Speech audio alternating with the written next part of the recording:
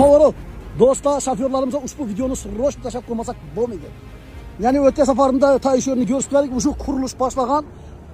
O'tgan safarning aytishlarini qaraganda bu remena va piyodalar uchun, peshahod uchun remena, chizka va qizlar uradi deb aytadilar.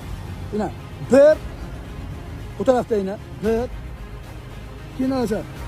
Narigi tarafda turibdi. O, hozir ko'rsatamiz.